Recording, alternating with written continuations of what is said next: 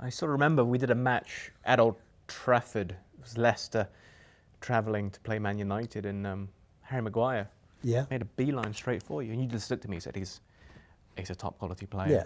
And then this is well before he joined Man United. I knew Harry when he was at Sheffield. Oh, even back then? Way back. I'd seen him. I didn't know him as a person, but I'd seen him. But when I went to Hull, we had Steve had a chief scout called Stan Tennant, who was ex-Burnley manager, and I knew Stan for years and years, and terrific guy, football daft, ex-manager, ex-Crystal Palace, Burnley. He'd gone around a little bit, but knew his stuff, so he was chief scout. And I always remember him saying to Steve, there's a player, Harry Maguire, at Sheffield United, who was playing in midfield at that time. And Steve, I think, well, the story goes, and I spoke to Stan about this, that Steve wasn't like sort of in that market or looking at that point. But eventually he got him. I think he paid $1 million something for him. And he did Andy Robertson as well, Steve, at the same time. So Harry sort of was moving up at that time to Hull. And I worked with Harry. I worked with him as a coach and a manager. And Harry has lots of qualities. But like all players, they've got deficiencies as well, you know. But the next level for him was Hull City in the Premier League, and that was great. When I took over as caretaker, Harry was right in my mind to be the centre half, right in there, and then he got injured. He got injured when in pre-season, just before he came back pre-season.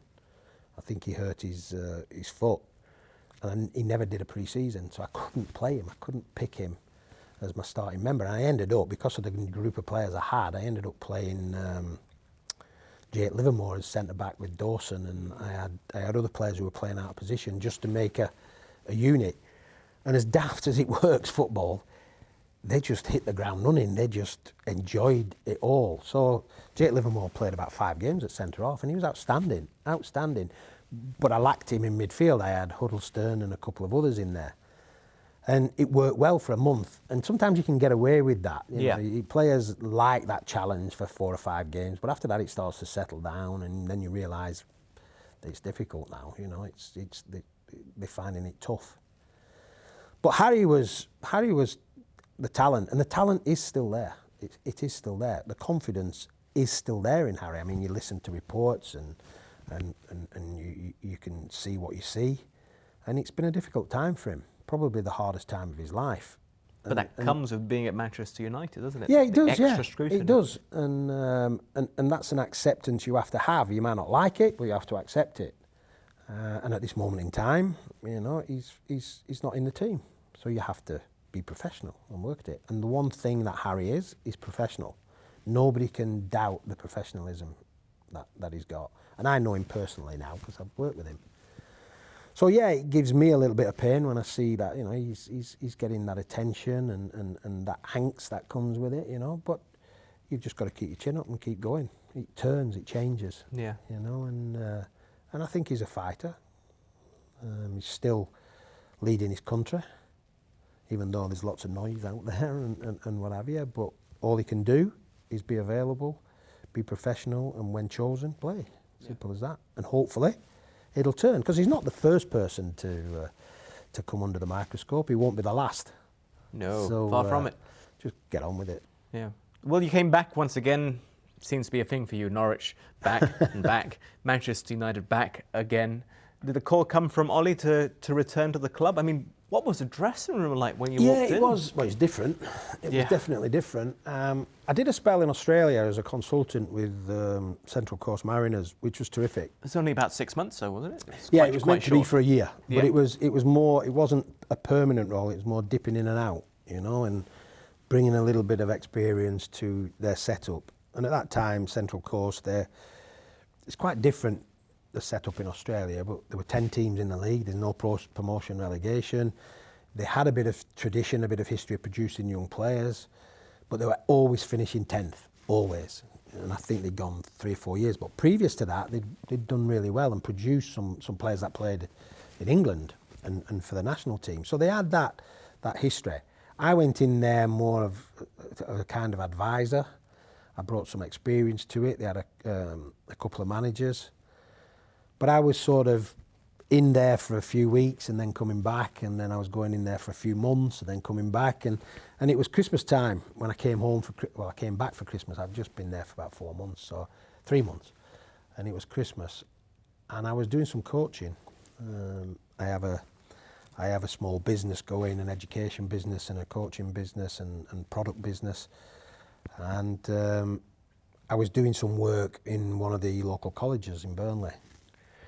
And I knew at the time that Mourinho was getting a lot of attention about his role, his job and everything. So I'd spent the whole day doing some coaching and what have you, and then when I'd finished, I went to my car and got my phone, switched it back on again, and all hell had broke loose. You know, Mourinho, Jose had lost his job, the vacancy was there. And you know, in football, things just seem to go fast and what have you. And I switched my phone on and I had text messages and all over the place. And I really didn't think anything. I didn't really, at that time, I'd just done 6 hours coaching and what have you with this young college team. And I really thought, I don't need this, I don't need to read these right now, you know, I just want to go home, sit down, get something to eat. And then I got home, I looked at it, and it was like, ring me, I need to talk to you, from, you know, different people in the game. So there was lots of people trying to track me down. So one was Ole and Sir Alex and people like that. So I rang Ole, and Ole said, look, there's a possibility. Would you be interested in coming back with me? And I was like, to do what? As what? He went, no, come back and be my assistant and what have you, and let's give it a go. Because there was turmoil going on there, I think, at the time. So I made a couple more phone calls and what have you, and eventually I spoke it over. I said to Bridget, my wife, that opportunity's there. Shall I have another go? It could be exciting. It could be another journey. And deep down, I was like, yeah, I'm doing it, you know. And then I just made the decision, and it went from there. It went from there, and then we went back in, and it was different from what I'd left. Different in a big way, you know. But there seemed to be a lot of sadness there for some reason or other, and yeah, they probably had a hard time since what I knew from Sir Alex's time. But it was a case of trying to bring some smiles back and what have you. And Ole had that personality, great personality, ex-player, you know, you could say a legend of the club. But he was willing, he was energetic, he knew a lot about Man United, and he embraced it. You know, and we took it on. We took it on, and it settled pretty quickly. We got some good results.